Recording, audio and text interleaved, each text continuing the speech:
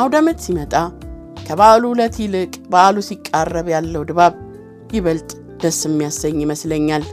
አንድ ነገር የበለጠ ጉጉት የሚፈጥረው ከዋናው ሁነት ይልቅ መጣ እየተባለ የሚወራለት ነገር ነው። እንዲያውም ይህን የበለጠ ግልጽ የሚያደርግ አንድ ሀገራዊ ስነ ቃል አለ። መጣ ነው የሚያስጨንቀው፣ ሰው ምን ይሆናል ቁርጡን ካወቀው ይላል ስነ ቃሉ። እንዲህ አውዳመት ሲቃረብ በዓሉ መጣሁ ደረስኩ ሲል የአዲስ አበባ ጎዳናዎች የበሬና የበግ መናኸሪያዎችም ይሆናሉ። ሁሉም እንደ አቅሙ በዓሉን ለመቀበል ቅድመ ዝግጅት ያደርጋል። በተለይ እንደ ፋሲካ ያሉ ከረጅም ጾም በኋላ የሚከበሩ በዓላት ሲደርሱ በከተማ ውስጥ የሚታየው ግርግር የሁለቱን ወር ጾም በአንድ ቀን ለመበቀል የሚደረግ ዘመቻ ይመስላል። ለወትሮም ቢሆን ግርግርን መገለጫዋ ያደረገችው አዲስ አበባ እንዲህ በበዓል ሰሞን ይብስባታል፣ ትጠባለች። ሸማቹ ነጋዴው ይተራመስባታል። ትርምሱ በገበያተኛው ላይ የሚፈጥረው ለየት ያለ የደስታ ስሜት አለ። በርካቶች ይህንን የደስታ ስሜት ለማጣጣም የሚሸምቱት ነገር ባይኖር እንኳን ወደ ገበያ ብቅ ማለት ይወዳሉ። እኛም ወደ ገበያ ወጥተን ከሸማቹም ከነጋዴውም ጋር አውግተን ዋጋ ጠይቀን የታዘብነውን ልናካፍላችሁ ወደድንና ካሜራችንን ይዘን አንዳንድ የከተማዋ ገበያ ቦታዎች ላይ ቅኝት አደረግን።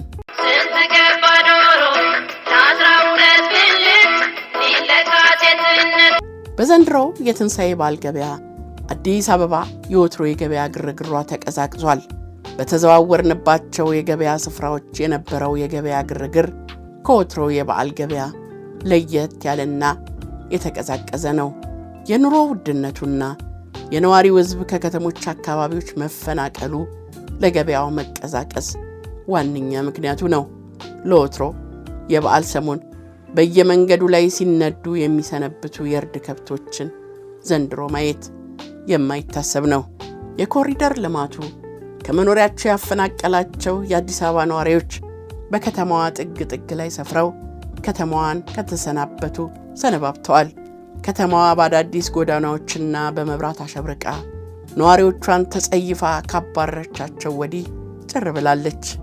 ነዋሪ አልባ ከተማ ሆናለች። እናስ ነዋሪ በሌለበት ከተማ ሸማች ኬት ይመጣል? ይህንን እየታዘብን የመጀመሪያ ቅኝታችንን ልናደርግ መነሻችንን የሾላ ገበያን አደረግንና ዶሮ ተራ ገባን። የሾላው ዶሮ ተራ እንደ ወትሮ የበዓል ገበያ ትርምስ ባይሆንም ሻጭና ሸማች ይከራከራሉ። አነስ ያለ የለህም፣ እኔ ከመልኩ ምን አለኝ፣ መጨረሻውን ንገረኝ የሚሉ ቃላት ተደጋግመው ይሰማሉ። በኪሳቸው አሊያም በቦርሳቸው የያዙት ገንዘብ ያሰቡትን ሁሉ እንደማይሸምትላቸው የተረዱ ሸማቾች ከሻጩ ጋር እልህ አስጨራሽ ክርክር ያደርጋሉ። የቀናቸው የዋጋ ክርክሩን አሸንፈው የገዙትን ዶሮ አንጠልጥለው ውልቅ ይላሉ። ዘንድሮ በሾላ ገበያ የዶሮ ዋጋ ከ1300 እስከ 2500 ብር ደርሶ አይተናል። የዶሮ ተራን ተሰናብተን ቅቤ ተራ ገባን። እዚህም ሻጭና ሸማች ይከራከራሉ። የቅቤ ዋጋ አይቀመስም። ካምናው የፋሲካ ገበያ እጥፍ ዋጋ ጭማሪ አሳይቷል። 1 ኪሎ አንደኛ ደረጃ የሸኖ ለጋ ቅቤ 1600 ብር ዋጋ ተቆርጦለት ሾላ ገበያ ላይ ይሸጣል። ማዕከለኛው 1250፣ በሳሉ ደግሞ 1100 ብር ዋጋ ተቆርጦላቸው ይሸጣሉ።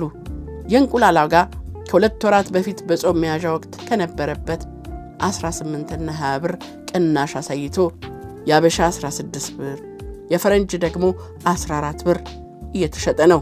ሁሉንም ነገር በአንድ ስፍራ እንደ ልብ ማግኘት የሚቻልበት የሾላው ገበያ ለበዓሉ የሚያስፈልጉ ነገሮች ሁሉ ይሸመትበታል። ዶሮውን ከነንቁላሉና ቅቤው ሸምተው የቅቤ ማንጠሪያ ቅመሞን ገዝተው ቁልቁል ወደ ሸቀጥ ተራ ገባ ብለው የዳቦ ዱቄቶን ከነኮባው ሸምተው ቆም ብለው ምን ቀረኝ ምን ረሳው ብለው የወጥ ቅመም እንዳልገዙ አስታውሰው መለስ ብለው ቅመሙን ሸምተው ውልቅ የሚሉበት ገበያ ነው የሾላ ገበያ። የሾላ ገበያን ለቀን ስንወጣ ዶሮ እንዲህ ካወጣች በግና ፍየል ስንት ሊያወጡ ነው ብለን እያሰብን ወደ በግ ተራ መራን። ለወትሮ እንዲህ በበዓሉ ዋዜማ በከተማው አብዛኛው ስፍራ በየመንገዱ ጠርዝ ላይ ሰብሰብ ያሉ በግና ፍየል የያዙ ነጋዴዎችን ማየት የተለመደ ጉዳይ ነበር። ዘንድሮ የየመንገድ ጠርዞቹ በርከት ባሉ ደንብ አስከባሪዎች ተወረዋል። ወደ በግ ገበያ አመራን። እዚህም የወትሮ የበዓል ገበያ ድባብ የለም። ገበያው የተቀዛቀዘ ነው። ዘንድሮ ሸማቹ ገበያውን እንደ ጦር ሜዳ ፈርቶታል አለኝ አንድ በግ ነጋዴ። የበግ ዋጋ ካለፉት የበዓል ጊዜያት ጋር ሲነጻጸር በከፍተኛ ሁኔታ መጨመሩንም ነግሮኛል። በዚህ ገበያ በግ ከ12000 እስከ 25000 ብር ድረስ ዋጋ አውጥቷል። ፍየል ከ15 እስከ 28000 ዋጋ ወጥቶለታል። ሌላው የታዘብኩት ነገር በበግና ፍየል ገበያ ውስጥ ያገኘኋቸው ሸማቾች በወጣትነት ዕድሜ ውስጥ የሚገኙ ናቸው። ቅኝታችንን አጠናቀን ገበያውን ለቀን ወጣን። መልካም የትንሣኤ በዓል ለመላው የኦርቶዶክስ ክርስትና እምነት ተከታዮች።